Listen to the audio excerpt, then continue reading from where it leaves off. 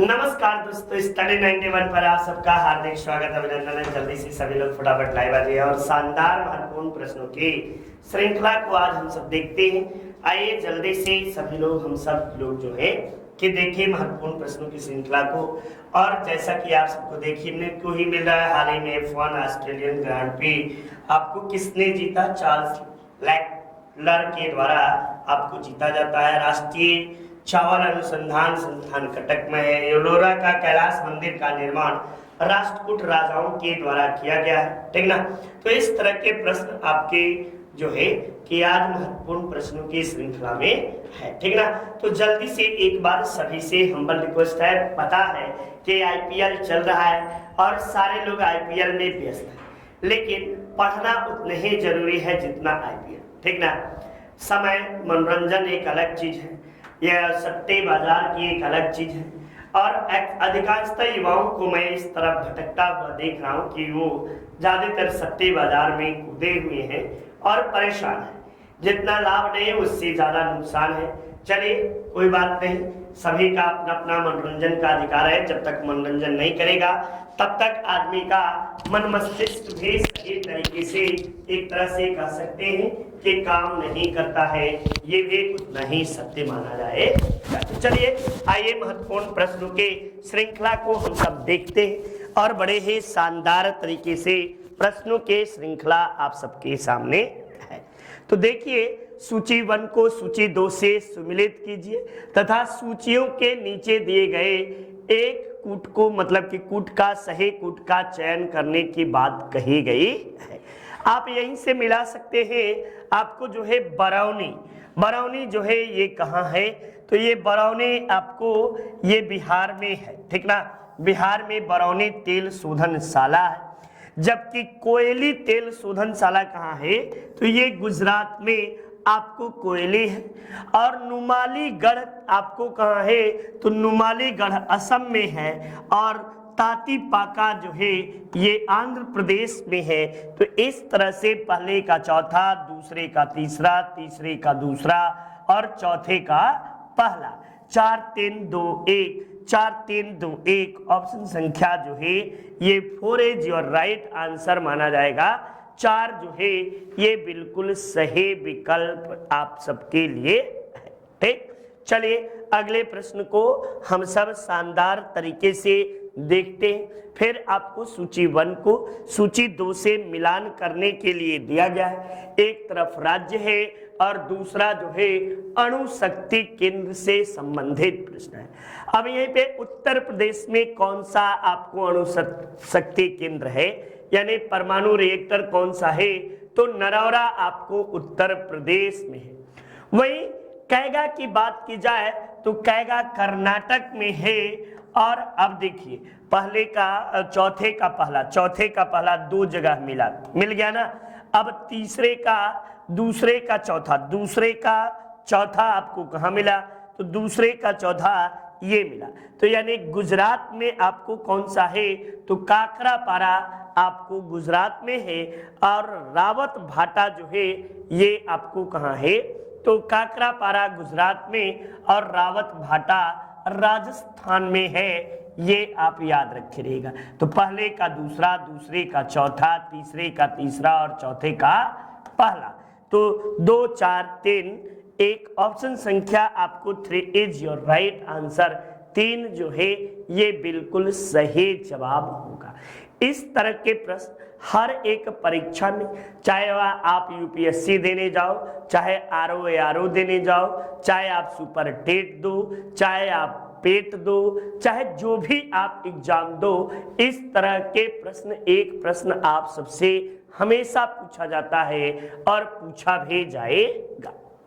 Next देखिए, सूची 1 को सूची 2 से मिलान करने के लिए है और सूचियों के नीचे दिए गए कूट का सही जवाब देने से संबंधित प्रश्न आप सबके सामने है। विशाखापट्टनम में क्या है? तो वहां पे पोत निर्माण यानी जहाज का निर्माण से जहाज गाड़ियों का निर्माण विशाखापट्टनम में बहुत होता है। पनकी और मुरी, मुरी में क्या होता है तो एल्यूमिनियम उद्योग है, पनकी में उर्वरक है, और गुड़गांव में आपको मोटर गाड़ी का निर्माण गुड़गांव में सबसे अधिक होता है। तो पहले का दूसरा, दूसरे का चौथा, तीसरे का पहला और चौथे का तीसरा। 2 4 1 3, 2 4 1 3। ऑप्शन संख्या 2 इज योर राइट आंसर होगा बच्चा। 2 बिल्कुल आपका सही जवाब हुआ, ठीक ना। ये आप कॉपी कलम ले लीजिए और कॉपी कलम लेकर बैठिए। मैं बार बार आप सबसे विनम्र निवेदन कर रहा हूं कि कॉपी कलम लेकर बैठिएगा और सही आंसर का मिलान करिएगा। परीक्षा में जाते समय, पलटते समय जब आप अपने आप को देखोगे तो ये चीजें आपको एक साथ मिलेंगी। साथ ही साथ आपको बता दें कि मंडे से हमारी संस्था की ओर से आपको जो है कि बड़ा ही बेहतरीन चीज क्रैश कोर्स, जो कि 45 दिन के लिए है, क्रैश कोर्स संचालित है। आप क्रैश कोर्स को ज्वाइन कर सकते हैं। सुबह 7 बजे से लेकर आपको रात के 10 बजे तक क्रैश कोर्स उम्मीद है कि आपको ऑनलाइन कक्षाएं मिलेंगी। शायद ही YouTube के इतिहास में आपको 12-12, 14-14 घंटे का क्लास जो है पर डे मिलना बड़ा मुश्किल होता है, लेकिन हम सब ने आप सबके सुनहरे भविष्य के लिए इस तरह की योजनाएं बनाए हैं और नितिन सर के द्वारा ये योजना बड़े शानदार तरीके से आपको शुरू किया गया है। उम्मीद करते हैं कि इसमें हम लोग झंडा भी गाड़ेंगे, बुलंदी को भी प्राप्त करेंगे। तो आप सबके लिए ये सारी कक्षाएं दी जा रही हैं कि जो बच्चे इधर उधर परेशान थे उनको एक जगह क्रैश कोर्स के माध्यम से आप अपने सब्जेक्ट को पूरा कर सकते हो, जान सकते हो, ठीक। तो चलिए अगले क्लास के ओर चलते हैं। ये रहा सूची 1 का सूची 2 से मिलान करना है। केंद्रीय तंबाकू अनुसंधान जो है आंध्र प्रदेश के राजमुंद्री में है।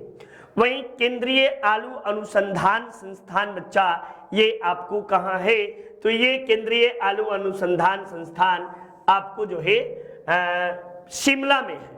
और के राष्ट्रीय पर्यावरण अभियांत्रिकी अनुसंधान संस्थान जिसे नेरी कहते हैं ये नागपुर में है। और केंद्रीय खाद्य प्रौद्योगिक संस्थान ये मैसूर में है। तो पहले का दूसरा, दूसरे का चौथा, तीसरे का तीसरा, चौथे का पहला, 2 4 3 1, 2 4 3 1। ऑप्शन संख्या 2 इज योर राइट आंसर बच्चा। 2 जो है ये आपको बिल्कुल सही जवाब आएगा, ठीक ना। तो 2 जो है ये बिल्कुल सही जवाब है। चलिए अगले प्रश्न में, राष्ट्रीय कृषि अनुसंधान प्रबंधन अकादमी, ठीक, ये आपको राष्ट्रीय कृषि अनुसंधान प्रबंधन अकादमी कहाँ है? बेंगलुरु में है, हैदराबाद में है, कोलकाता में है या नई दिल्ली में है? तो राष्ट्रीय कृषि अनुसंधान संस्थान जो है ये आपको हैदराबाद में है। हैदराबाद में आपको स्थित है। हैदराबाद किसकी राजधानी है? तो तेलंगाना में आपको तेलंगाना की राजधानी है। ये आपको राष्ट्रीय कृषि अनुसंधान प्रबंधन संस्थान के स्थापना की बात की जाए तो इसकी स्थापना आपको 1976 ईस्वी में किया गया था। कब? 1976 ईस्वी में इसकी स्थापना की गई थी। ये बड़ा ही महत्वपूर्ण प्रश्न है और इस तरह के प्रश्नों को आप लिखते चलिए, समझते चलिए, ठीक ना। ये नितिन सर के हैंड रिटेन नोट्स हैं, शानदार तरीके से इसे लिखा गया है। आप इसे परचेज कर सकते हैं और आपके सुनहरे भविष्य के लिए ये काफी लाभदायक भी होगा, ऐसा हम सब उम्मीद करते हैं आप सबके सुनहरे भविष्य के लिए। नेक्स्ट देखिए, राष्ट्रीय चावल अनुसंधान संस्थान कहाँ है? कटक में, कोलकाता में, त्रिवेंद्रम में या मुंबई में? तो मैक्सिमम लोगों का आपको जवाब बिल्कुल शानदार तरीके से आ रहा है। मैं देख भी रहा हूं कि आप सब जवाब कटक को लिखे जा रहे हैं, एक एक एक एक एक एक एक जो भी जितने लोग हैं तो ये कटक में है, ठीक। इसके साथ साथ आपको बता दें कि अंतरराष्ट्रीय ये भी आप सबको एकदम लर्न हो गया है। अंतरराष्ट्रीय चावल अनुसंधान, ठीक ना। चावल अनुसंधान संस्थान आपको कहाँ है? तो मनीला में है, फिलीपींस के मनीला में है। और इसका क्षेत्रीय दक्षिण पूर्वी क्षेत्रीय मुख्यालय जो है ये क्षेत्रीय मुख्यालय 4 है और उनमें से क्षेत्रीय मुख्यालय एक वाराणसी में भी खोला गया है। कहाँ पे? वाराणसी में आपको क्षेत्रीय मुख्यालय है। जबकि आपको राष्ट्रीय चावल अनुसंधान संस्थान के स्थापना की बात करें तो 23 आपको जो है कि जुलाई 1946 ईस्वी को इसके स्थापना की गई थी। 23 अप्रैल, सॉरी जुलाई नहीं, 23 अप्रैल 1946 ईस्वी को इसके स्थापना कटक में की गई थी। यानी आजादी से पूर्व ही केंद्रीय चावल अनुसंधान संस्थान आपको स्थित है। भारत चावल के उत्पादन में विश्व में दूसरे नंबर पे है और पहले नंबर पे कौन है? तो चीन है आपको, ठीक ना। लेकिन आपको बता दें कि पूरी दुनिया में चावल निर्यात के मामले में भारत पहले स्थान पर है, ठीक ना, निर्यात के मामले में। और भारत निर्यात के मामले में सबसे अधिक आय जो है ये चावल से ही प्राप्त करता है। ये बातें भी याद रखें। भारतीय हीरा संस्थान कहाँ स्थित है? नई दिल्ली, सूरत, मुंबई या जयपुर? तो भारतीय हीरा संस्थान जो है ये आपको सूरत में स्थित है। कहाँ पे? सूरत में स्थित है। और बात की जाए इसकी स्थापना की तो इसकी स्थापना जो है ये कब किया गया था? तो ये भी आप बता सकते हैं 1978 ईस्वी में इसके स्थापना की गई थी। सूरत जो है ये इसके विषय में, तो सूरत आपको जो है किस नदी के तट पर है? तो ताप्ती नदी के तट पर। किस पर? ताप्ती नदी के तट पर आपको स्थित है, के तट पर। उसके साथ साथ ही 1907 का कांग्रेस अधिवेशन जो है ये सूरत में ही हुआ था। कांग्रेस अधिवेशन आपको कब हुआ था? कांग्रेस अधिवेशन सूरत में आयोजित किया गया था और पहली बार कांग्रेस का विभाजन गर्म दल और नरम दल के रूप में इसी सूरत अधिवेशन में हुआ। साथ ही साथ आपको इस अधिवेशन के अध्यक्षता रास बिहारी बोस के द्वारा किया जाता है। नेक्स्ट देखिए, नाटो का मुख्यालय कहाँ स्थित है? वैसे बात की जाए नाटो के स्थापना का, नाटो का फुल फॉर्म जो है नॉर्थ अटलांटिक ट्रीटी ऑर्गेनाइजेशन है। क्या है? तो नॉर्थ अटलांटिक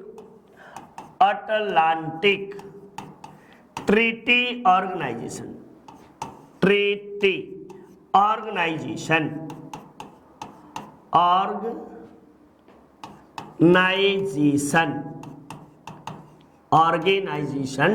आपको जो है इसका फुल फॉर्म है। इसका मुख्यालय ब्रुसेल्स में है।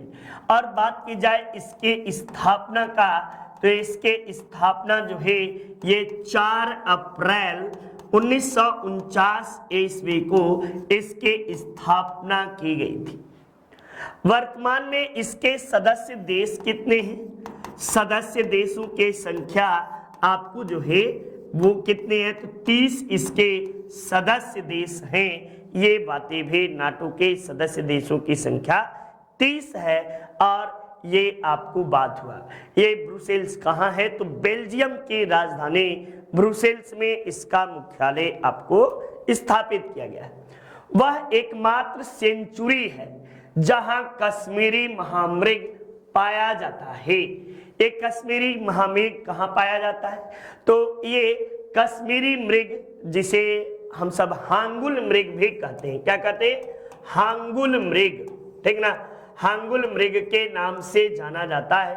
और ये कश्मीर के दांची ग्राम, ठीक ना, दांची ग्राम अभयारण्य में पाया जाता है।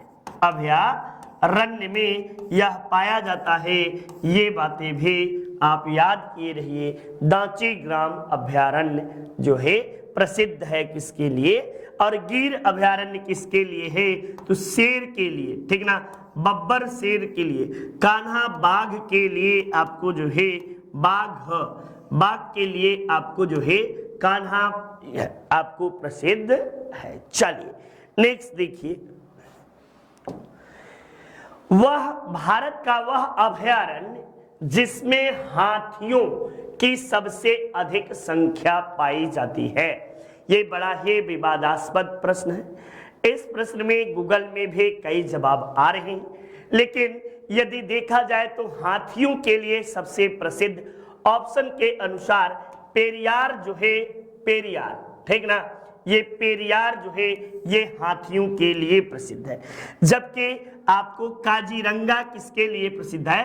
तो गैंडा के लिए, एक सिंघी गैंडा के लिए, ठीक ना, एक सिंघी गैंडा आपको पूरी दुनिया में राइनोसोरस जो है यही पाए जाते हैं। जबकि जिम कॉर्बेट भारत का प्रथम बाघ अभयारण्य, भारत का प्रथम बाघ अभयारण्य की भी शुरुआत आपको यहीं से की गई है। और मानस जो है ये भी आपको शेर बाघ के लिए प्रसिद्ध है, माँ बाघ और हिरण के लिए, ठीक ना, बाघ के लिए मानस अभयारण्य बाघ एवं हिरण के लिए आपको जो है ये प्रसिद्ध है। ये बातें भी याद रखिए। पेरियार हाथियों की सबसे अधिक संख्या पेरियार में ही पाई जाती है। कई जगह इस प्रश्न को ढूंढने के बाद ऑप्शन के अनुसार इसका जवाब कई जगह काजीरंगा भी लिख दिया है, ठीक ना, तो ये आपको जवाब हुआ। हिंदी इंडिविजुअल नितिन सर के द्वारा बड़े ही शानदार तरीके से पढ़ाया गया है। आप इसे पढ़ सकते हैं, जान सकते हैं और आपके लिए बड़ा ही फायदेमंद होगा। ठीक, तो पढ़िए और अपने सुनहरे भविष्य की ओर अग्रसर होइए। नेक्स्ट अगले प्रश्न में देखिए, विश्व की कौन सी संस्था को उदार ऋण के खिड़की के नाम से जानते हैं? एडीबी यानी Asian development bank, IFC, IDA, IBRD, इनमें से कौन सा आपको जो है उदार खिड़की के रूप में जानी जाती है? विश्व बैंक के उदार खिड़की किसे कहते हैं? तब आईडीए को विश्व बैंक के उधार खिड़की के नाम से जानते हैं। आईडीए का मतलब है अंतरराष्ट्रीय आपको विकास संघ, अंतरराष्ट्रीय, ठीक ना, अंतरराष्ट्रीय विकास संघ, विकास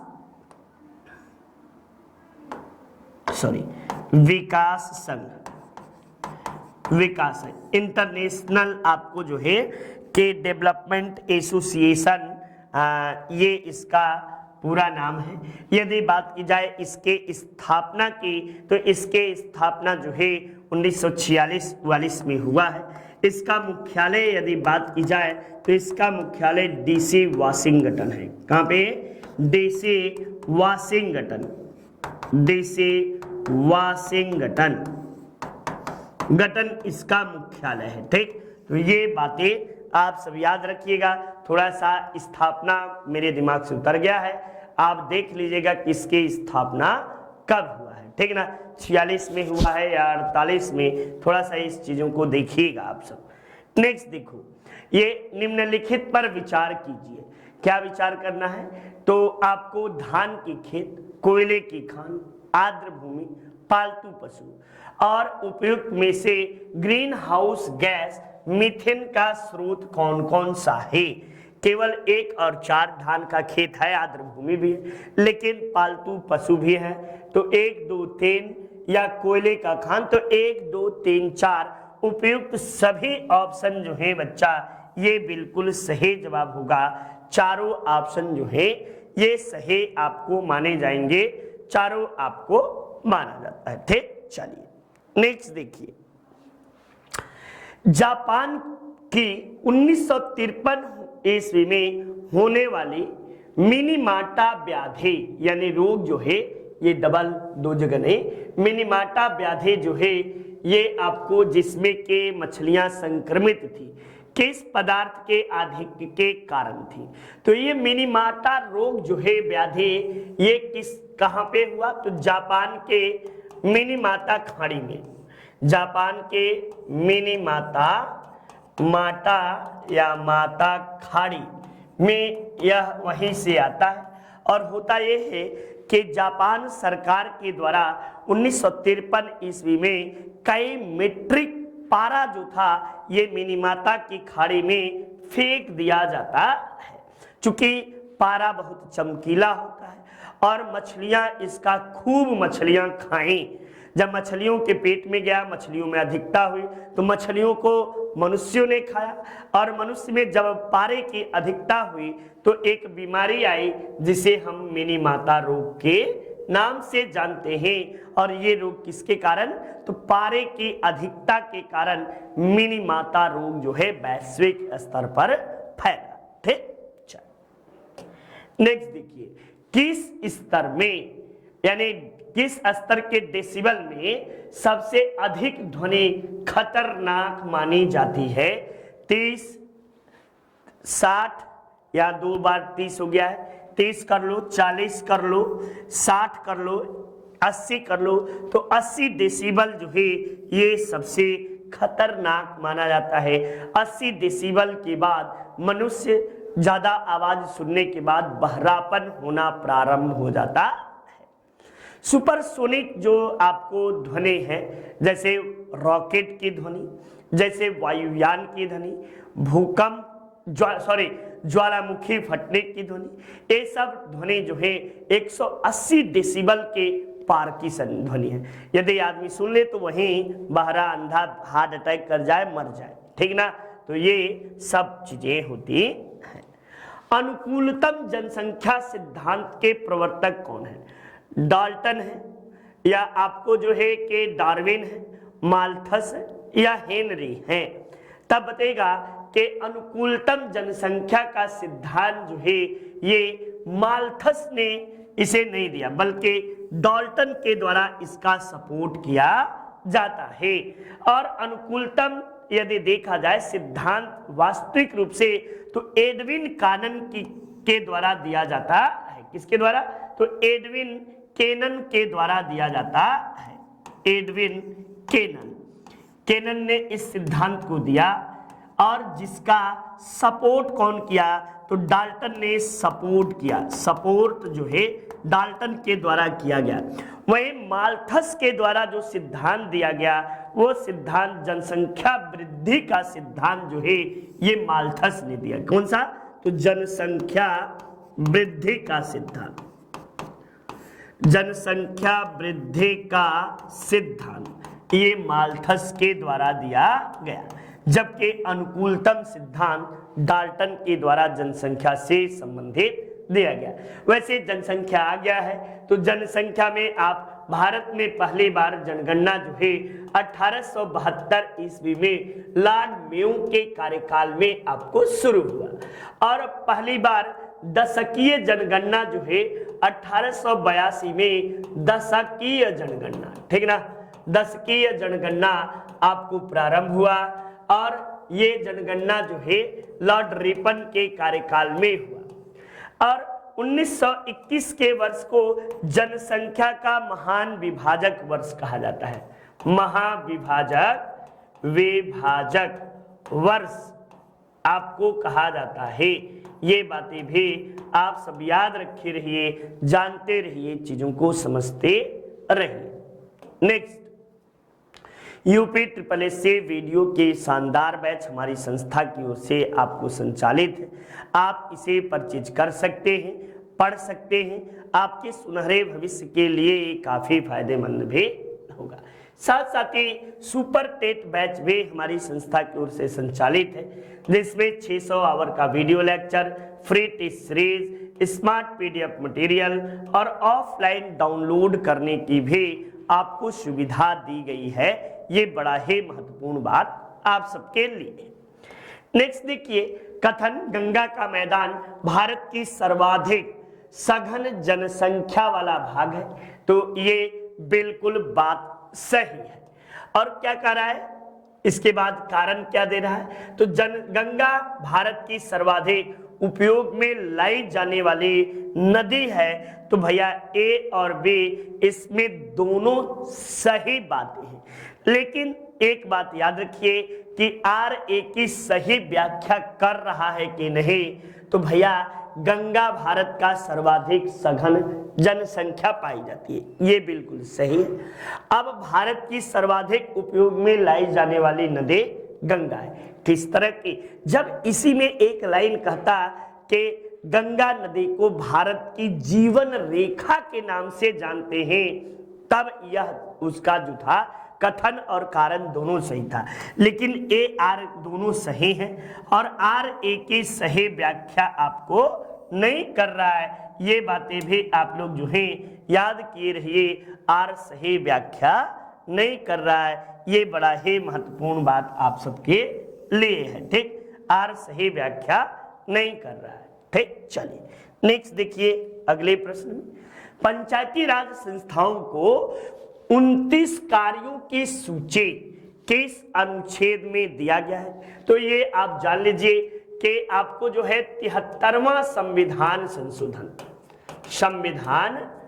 संशोधन ये 1992 के तहत 1992 के तहत आपको जो है कि 23 अप्रैल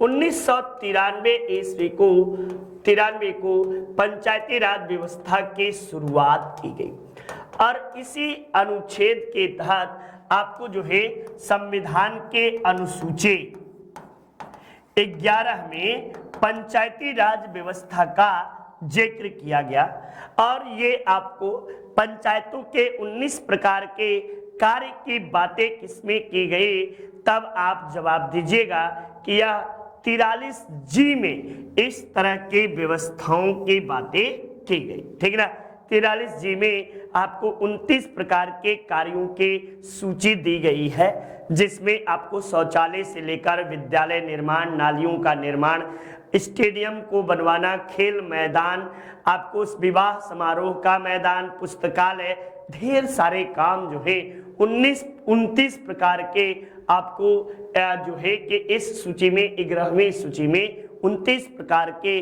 विषय आपको जो है वर्णन किया गया है। पंचायती राज प्रणाली किस सूची में है? संघ सूची में, राज्य सूची में, समवर्ती सूची में या उपयुक्त में से कोई नहीं।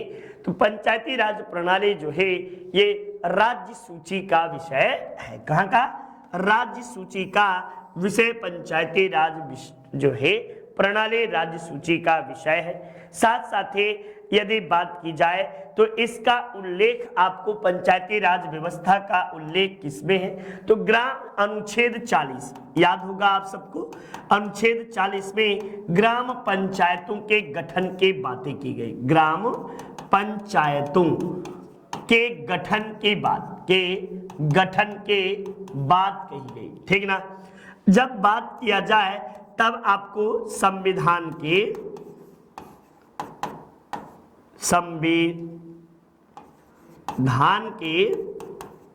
आपको जो है अनुच्छेद 243 से लेकर 243 अणा तक, 243 अणा या जिसे अंग्रेजी में ओ बोलते हैं, ठीक ना, ओ तक इस बात का आपको संविधान में उल्लेख किया गया है। ठीक, तो ये महत्वपूर्ण बातें 243 अड़ा या ओ तक इस बात का उल्लेख जो है किया गया है। भारत में स्थानीय स्वशासन का जन्मदाता यदि देखा जाए तो लॉर्ड रिपन को स्थानीय स्वशासन का जनक कहा जाता है। नगर पालिकाओं का उल्लेख भारतीय संविधान में कुल कितने अनुच्छेदों के माध्यम से किया गया है? तो आप सीधे सीधे 243, ठीक ना, तो यानी 243 पी से लेकर 243 या 6 तक किया गया है। यानी कुल अनुच्छेदों की संख्या की बात की जाए तो इसमें आपको जो है कुल अनुच्छेद कितने हैं? तो 18 आपको 18 अनुच्छेद इसमें दिए गए हैं। ये बातें भी आप लोग याद रखे रहिएगा। नगर पालिकाओं का उल्लेख की बात की जाए तो उल्लेख किसमें किया गया है? तो उल्लेख आपको जो है भाग 9 में, 9 में आपको 9 में आपको जो है पंचायती राज व्यवस्था का उल्लेख है और 9 में आपको जो है नगर पालिकाओं का उल्लेख है। इसे कब शामिल किया गया संविधान में? तो 74वां संविधान संशोधन आपको जो है संशोधन 1993 के तहत 1993 के तहत इसे भारतीय संविधान में शामिल किया जाता है। ये बातें भी आप सब बताइएगा और इसमें 18 विषय आपको माने जाते हैं, ठीक ना। तो 243 पी से लेकर आपको जी जो है जेड जी तक 243, इसको अंग्रेजी में बोलेंगे पी से लेकर 243 जेड जी।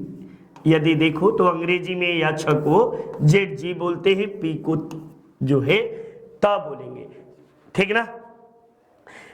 ये 21वें नंबर पे त आएगा ना, सॉरी 16वें नंबर पे। नेक्स्ट देखिए 12वीं अनुसूची किससे संबंधित है? तो 12वीं अनुसूची जो है ये नगर पालिकाओं से संबंधित है। किससे? नगर पालिकाओं से संबंधित है। इसमें आपको विषय कितने दिए गए हैं? तो इसमें विषयों की संख्या 18 बताई गई है। कितने? 18 विषय आपको जो है इसमें वर्णन किया गया है। 18 विषय की बातें की गई हैं। तो ये बड़ा ही महत्वपूर्ण बातें आप सबके लिए, आपके सुनहरे भविष्य के लिए है। मैं बार बार आप सबके सुनहरे भविष्य की कामना करता हूं कि आप सब सफल हो जाइए। राजस्व लेखपाल नया शानदार बैच 600 से लेकर आपको जो है 600 घंटे का आपको वीडियो क्लास मिलेगा, फ्री टेस्ट सीरीज मिलेगी, स्मार्ट पीडीएफ मटेरियल मिलेगा, ऑफलाइन डाउनलोड करने की भी सुविधा आपको दी गई है। नेक्स्ट, केंद्रीय सूचना आयुक्त का कार्यकाल कितना होता है? वैसे केंद्रीय सूचना आयुक्त के रूप में कुछ बातें आप सबको, पहली बार सूचना का अधिकार लागू कब हुआ? लागू कब हुआ? तो 12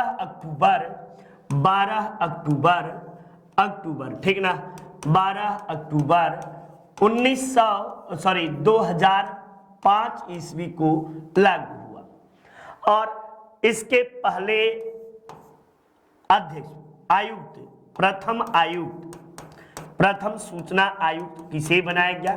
तो वजाहत हबीबुल्लाह को, वजाहत हबीबुल्लाह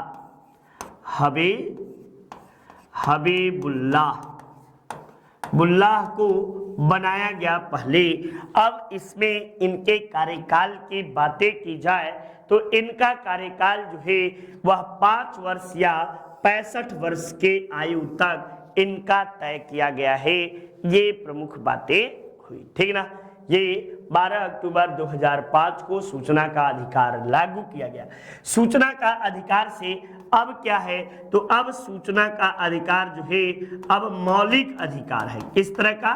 तो मौलिक अधिकार, आपको सूचना का अधिकार एक प्रकार का मौलिक अधिकार है जिसका उल्लेख अनुच्छेद आपको 19(1) के क में किया गया है। ये बातें क का क, ठीक ना, क का 1 कर लो। इसमें सूचना के अधिकार को शामिल किया गया है। 19 क्या कहता है? तो वाक एवं अभिव्यक्ति की स्वतंत्रता 19 क जो है ये बातें करता है, ठीक ना। तो ये बातें हुई। नेक्स्ट देखिए, कांची के कैलाश मंदिर को किसने बनवाया था? ये कांची का कैलाश मंदिर किसके द्वारा बनाया गया था? नरसिंह वर्मन द्वितीय, नंदी वर्मन द्वितीय, कृष्ण प्रथम या कृष्ण द्वितीय। तब बताइएगा कि कांची के कैलाश मंदिर का निर्माण नरसिंह वर्मन द्वितीय के द्वारा किया गया था, जबकि कृष्ण प्रथम के द्वारा एलोरा का कैलाश मंदिर, ठीक ना, एलोरा का कैलाश मंदिर किसने बनवाया था?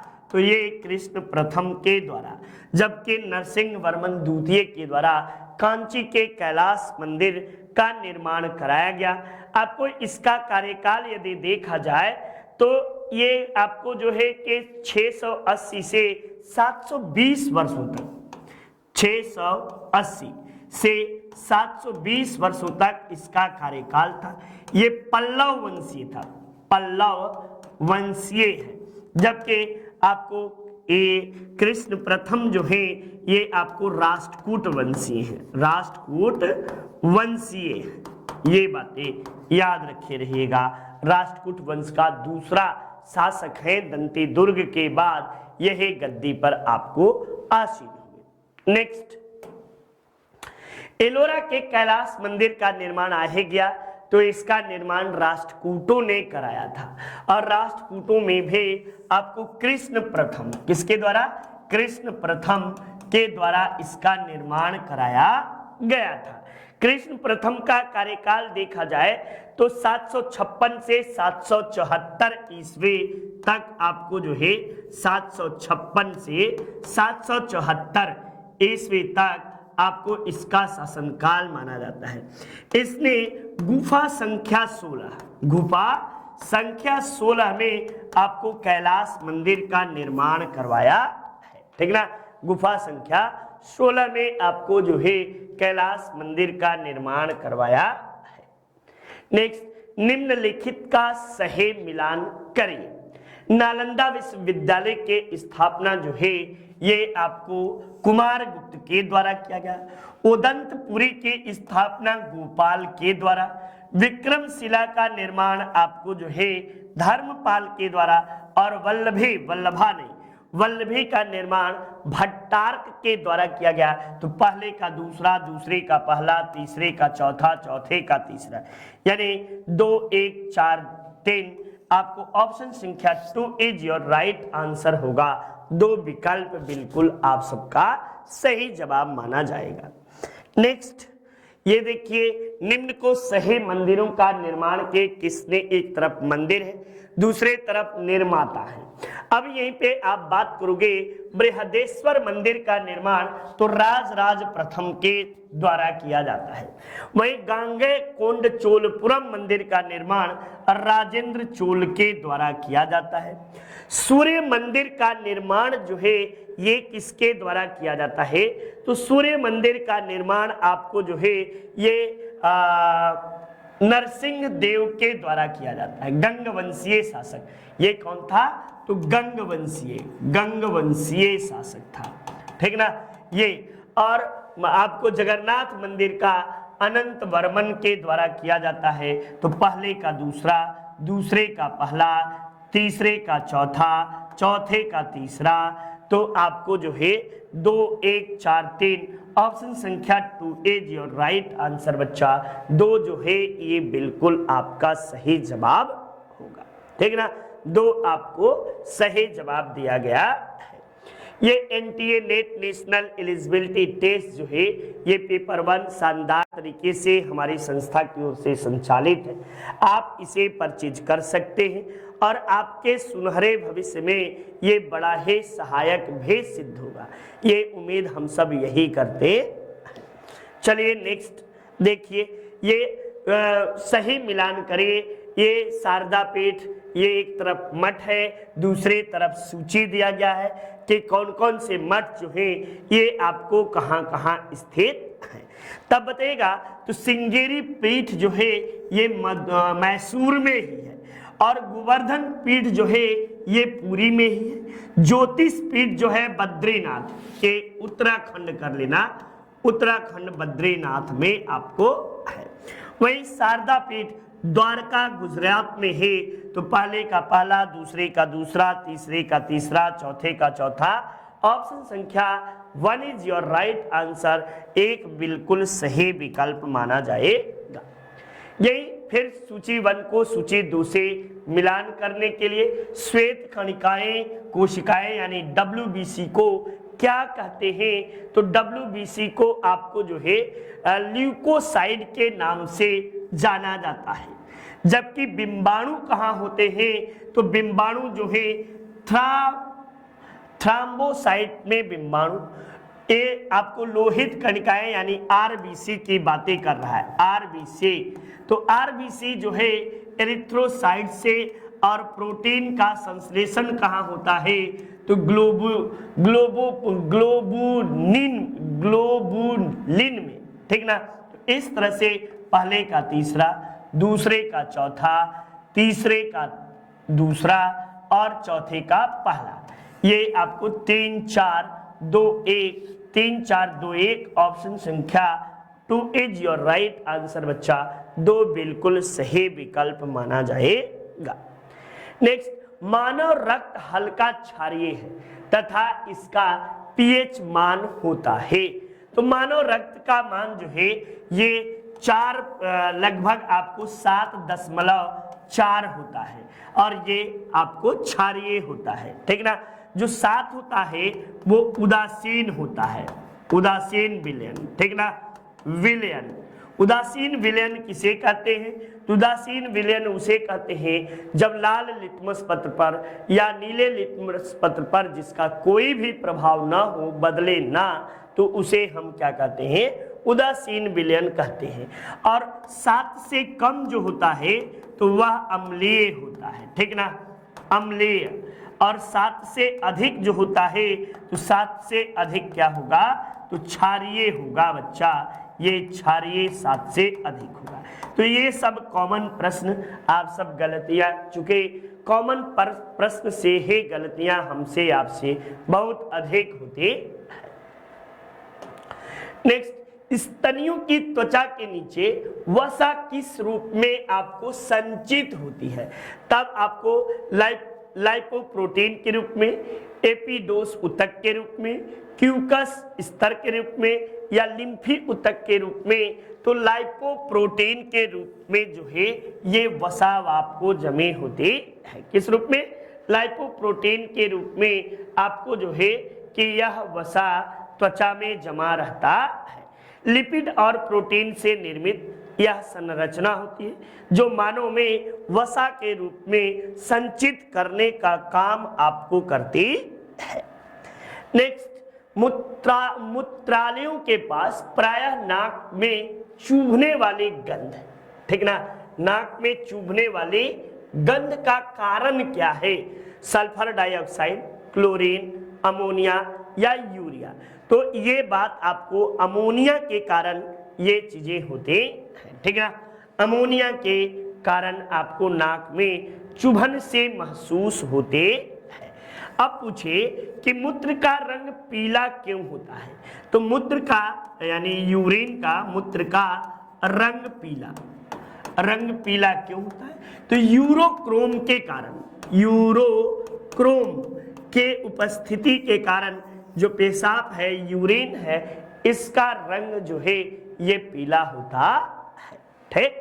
चलिए नेक्स्ट देखिए, यूपी पुलिस कांस्टेबल का शानदार हमारी संस्था की ओर से बैच संचालित है। आप इसे परचेज कर सकते हैं और आपके लिए लाभदायक भी होगा। नेक्स्ट, गर्भ निरोधक दवाई के रूप में किस हार्मोन की गोलियां खाई जाती हैं?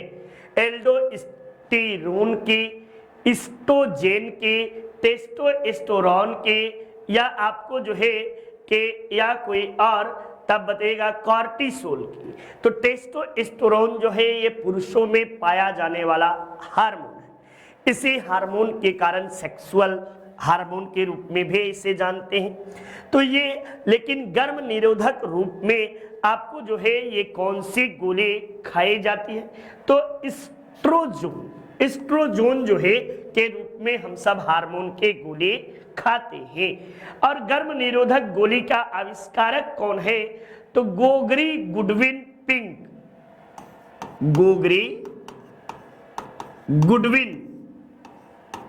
गुडविन पिंक ये महिला थी। और ये क्या थी? महिला थी। और महिला के द्वारा ही आपको गर्भ निरोधक गोली का आविष्कार किया गया था, ठीक ना। ये बातें आपको जो है महत्वपूर्ण जान लीजिए, ये चीजें भी जान लीजिए। हिप्टोलॉजी संबंधित है किससे? रुधिर से, यकृत से, मानव के विभिन्न आयामों से या सौंदर्य के अध्ययन से? तब आप बताइएगा जो है रुधिर का अध्ययन जो है ये क्या कहलाता है? तो हिप्टोलॉजी जो है ये रुधिर के अध्ययन को नहीं कहते बच्चा। हिप्टोलॉजी यकृत का अध्ययन जो है ये हिप्टोलॉजी कहलाता है, ठीक ना। वही हेमेटोलॉजी जो है, हेमेटोलॉजी, हेमेटोलॉजी, हेमेटोलॉजी ये रुधिर का अध्ययन करता है। मस्तिष्क के विभिन्न आयामों का अध्ययन न्यूरोलॉजी कहलाता है। न्यूरोलॉजी, जब भी दिमाग कहीं भी कोई दिक्कत हो तो न्यूरोलॉजी को चेक कराइए। वही मानव सौंदर्य का अध्ययन आपको क्या कहलाता है? तो मानव सौंदर्य का अध्ययन कैलोलॉजी के नाम से हम इसे जानते हैं। कैलोलॉजी, ये आप सब याद कर लीजिए। छिपकली का अध्ययन, सांप का अध्ययन, फूलों का अध्ययन, कवकों का अध्ययन, शैवालों का अध्ययन, बगीचों का अध्ययन, तो ये सारे छोटे छोटे जो अध्ययन हैं इसे आप सब कहीं नोट करिए और इसे जरूर से याद कर डालिए। ये कॉमन प्रश्न है। प्रकाश में 7 रंग होते हैं। रंगों को अलग करने का तरीका क्या है? तो प्रिज्म के माध्यम से रंगों को अलग किया जा सकता है। ये आपको पता ही होगा कि एक आपको ये प्रिज्म है, ये प्रिज्म है और प्रिज्म पर जब ये आपको रंग एक प्रकाश डाली जाती है तो इससे आपको 7 रंग के प्रकाश जो है ये निकलते हैं, ठीक ना। 3 दूनी 6 1 7। बैनी आह पिनाला, ये जो है बैनी आह पिनाला के नाम से ये प्रिज्मों पर आपको जो है रंग अलग अलग दिखाई देते हैं। ये विभिन्न बातों को आप सभी रटे रहिए, जाने रहिए, करिए, चाहे जैसे करिए, इससे मतलब नहीं है, ठीक ना। ये बातें आप सबके लिए है। नेक्स्ट देख भाई, आपको दृष्टि पटल जिसे हम रेटिना बोलते हैं, रेटिना पर जो चित्र बनता है वह वस्तु से बराबर होता है परंतु उल्टा होता है। नहीं भैया, ये वस्तु से छोटा होता है और सीधा बनता है, ये बातें नहीं, ये भी गलत है। आपको क्या बनता है? तो वस्तु से छोटा और उल्टा बनता है, ठीक ना। वस्तु से छोटा और उल्टा रेटिना पर ये बनता है।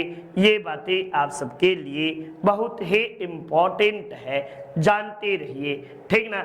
ये आपको बिल्कुल सही दिशा में ले जाएगा। चलिए अगले प्रश्न के ओर चलते। ये आपको प्रकाश सीधी रेखा में चलता प्रतीत होता है। क्यों होता है भैया? यह कणों से बना होता है ना, ऐसी बातें।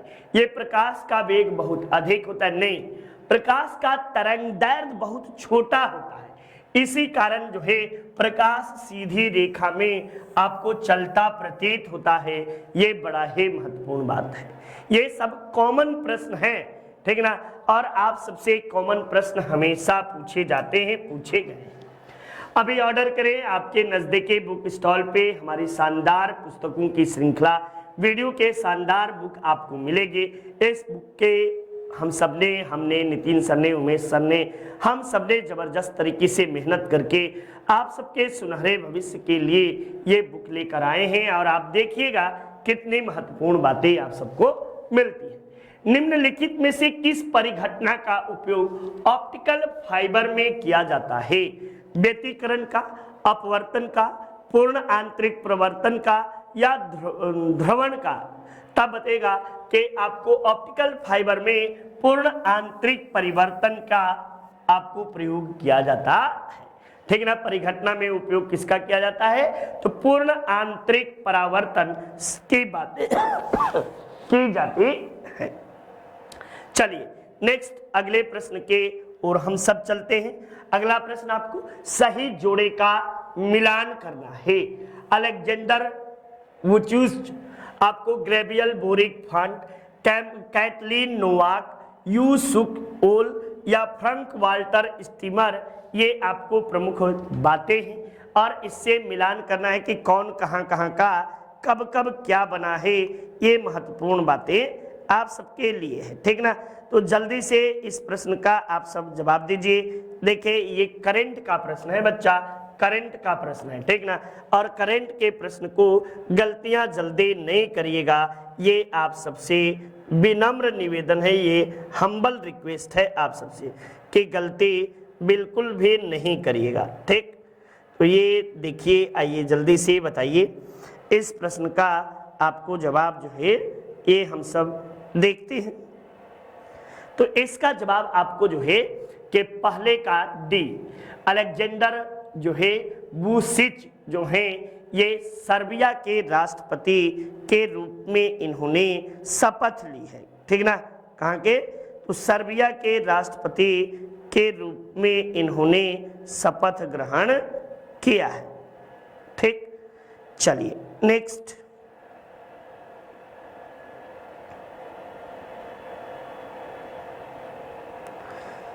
ये 1 मिनट भैया, मिलान थोड़ा सा सही है कि नहीं सोचने का मौका दीजिएगा आप सब। ये बिल्कुल अलेक्जेंडर डी यहाँ से कट गया है ना।